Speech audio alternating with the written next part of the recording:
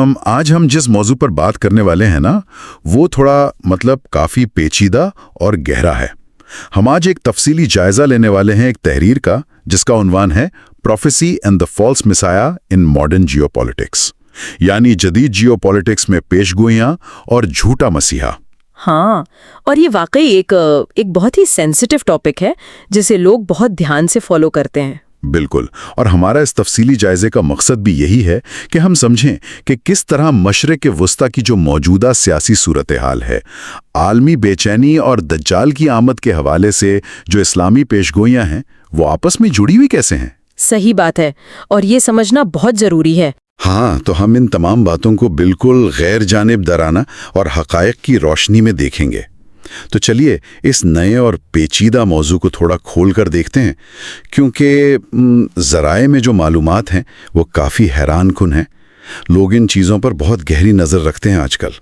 अच्छा, यहाँ जो सबसे हैरानकुन बात निकल कर आती है ना, वो ये है कि कैसे जियोपॉलिटिक्स और मजहबी अकायद सिर्फ अलग अलग नहीं चलते, बल्कि एक दूसरे पर बराह रास्त असर अंदाज होते हैं। आपस में टकराते हैं, यानी टकराते भी हैं और एक दूसरे को फ्यूल भी करते हैं। और मैं यहाँ ये वाजे करती चलूँ कि हमारे ज़राए किसी खास सियासी फरीक की हिमायत नहीं कर रहे हैं, बिल्कुल, बल्कि ये सिर्फ इन मौजूदा नज़रियात का तज्ज़िया पेश कर रहे हैं जो ज़मीनी हक़ाइक़ को बदल रहे हैं। अच्छा, अगर हम इसको हिस्सों में बांट लें तो सबसे पहले बात आती है ग्रेटर इसराइल के तस्वुर की। अब ये बहुत मुतनाज़ा सियासी और मजहबी तस्वुर है, बहुत ज़्यादा मुतनाज़ा है। हाँ, ज़राए के मुताबिक कुछ लोग मानते हैं कि ये इंतहा पसंद गिरोहों का एक ख्वाब है जो कदीम बिबली तशरीहात की बुनियाद पर पड़ोसी इलाकात तक अपना असर और रसूख फैलाना चाहते हैं। सही। जबकि दूसरी तरफ कुछ लोग इसको सिर्फ एक मुबालगा आरी या पॉलिटिकल प्रोपोगेंडा कहते हैं जो डर फैलाने के लिए इस्तेमाल होता है। तो मशरिक़ वुस्ता में इस कशमकश का गहरा असर है। बिल्कुल, और इस कशमकश और बेचैनी का सीधा ताल्लुक उन खौफ और पेशगोइयों से है जो आलमी सतह पर समझे जाते हैं। जब ज़मीन को एक मजहबी वादा समझ लिया जाए तो वहाँ सियासी समझौता बहुत मुश्किल हो जाता है। हाँ, और मैं इस चीज़ को इस तरह देखता हूँ जैसे ये एक जियोपॉलिटिकल मैग्नीफाइंग ग्लास है, यानी एक अदसा। हर इंसान इसमें अपने खौफ और अकायद को बहुत बड़ा करके देखता है।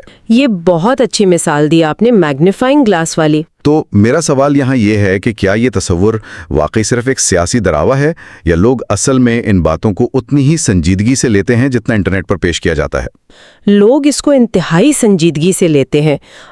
अगर हम इसको बड़े पैमाने पर देखें तो जब ऐसी बेचैनी और खौफ पैदा होता है ना, तो लोग आम खबरों को सिर्फ खबरें नहीं समझते।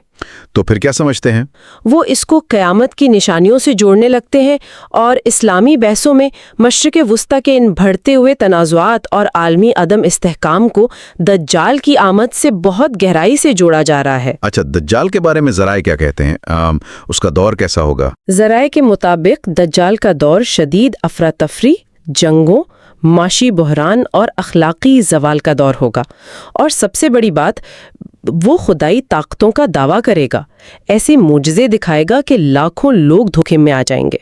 लाखों लोग धोखे में आ जाएंगे, बुरा हाल होगा। हाँ, और वो उन लोगों को गुमराह करेगा जो पहले से इस आलमी बहरान का शिकार होंगे। दज्जाल का ज़ुहूर किसी पुरअमन दौर में नहीं होगा, बल्कि वो इस केओस का फ़ायदा उठाएगा। अच्छा, यहाँ आकर बात वाकई बहुत दिलचस्प हो जाती है। मेरा एक चुभने वाला सवाल है इस पर। जी पूछिए। क्या दुनिया की ये जो अफरा तफरी और हलचल है, ये दज्जाल को जन्म देती है, या दज्जाल आकर ये अफरा तफरी फैलाता है? मतलब इन हालात का असल मुहर्रिक क्या है? दुनिया पहले खराब होती है या वो खराब करता है? ये एक बहुत ही अहम सवाल है। ज़राए इस बात की तरफ इशारा करते हैं कि दज्जाल कोई ऐसी ताकत नहीं जो अचानक आकर सब तबाह कर दे, बल्कि वो उन हालात का भरपूर इस्तेमाल करेगा जो इंसानों ने खुद पैदा किए हैं। यानी इंसानों की अपनी गलतियां? बिल्कुल, तबाही, जुल्म, जंगें और जो नज़्मो ज़ब्त का टूटना है, ये सब उसके आने का रास्ता हमवार करते हैं।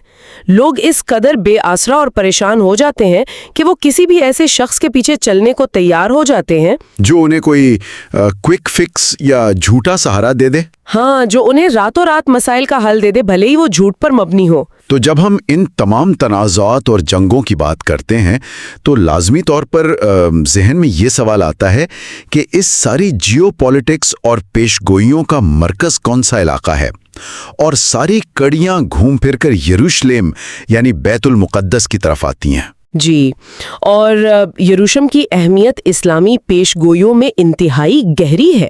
اسی وجہ سے آپ دیکھیں گے کہ دنیا بھر کے مسلمان اسرائیل، فلسطین اور ٹیمپل ماؤنٹ یعنی مسجد اقصیٰ کے احاطے کی صورتحال پر ایک بہت گہری نظر رکھتے ہیں۔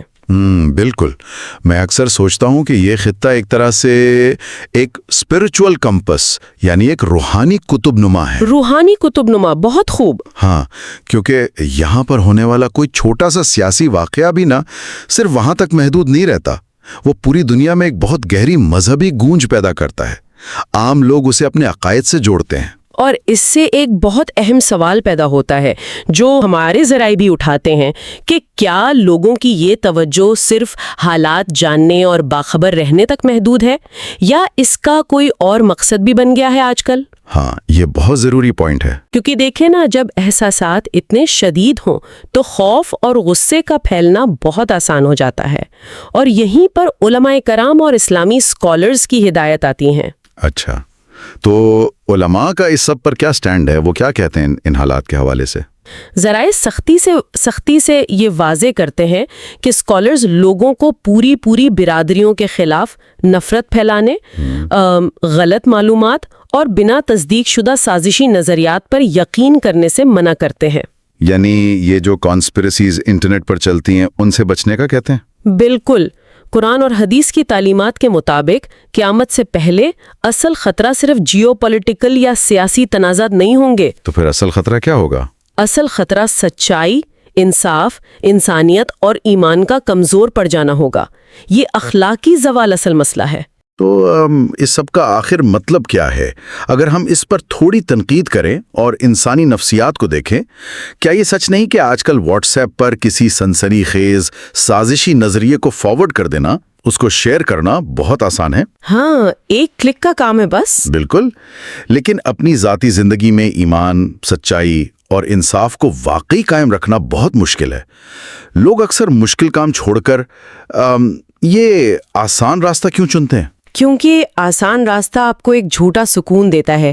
جب آپ کسی بڑی عالمی سازش کو ساری برائیوں کا ذمہ دار ٹھہرا دیتے ہیں نا، تو آپ کو لگتا ہے کہ اب آپ کی کوئی ذاتی ذمہ داری نہیں رہی۔ ہاں، کہ میں نے تو سچائی جھوٹ دی، میں تو بہت باخبر ہوں۔ اور یہی وہ دھوکہ ہے جس سے بچنے کی بار بار تلقین کی گئی ہے۔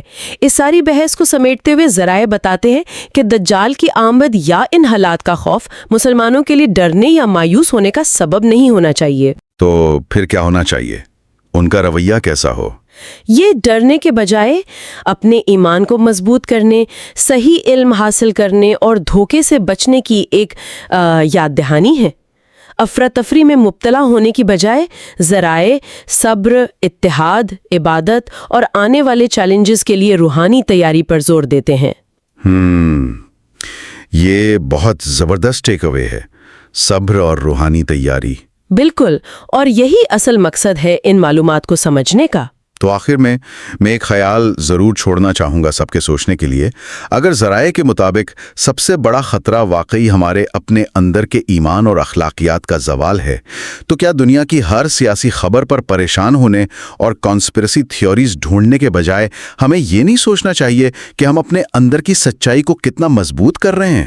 یہ بہت گہرا پوائنٹ ہے۔ ہاں، کیونکہ شاید جو اصل میدان جنگ ہے وہ ہمارے آس پاس کی دنیا میں یا مشرق وسطیٰ کی سرحدوں پر نہیں ہے، بلکہ وہ ہمارے اپنے ذہن اور ہماری روح کے اندر لڑی جا رہی ہے۔ بالکل، اور ہمیں اسی جنگ کی تیاری کرنی چاہیے۔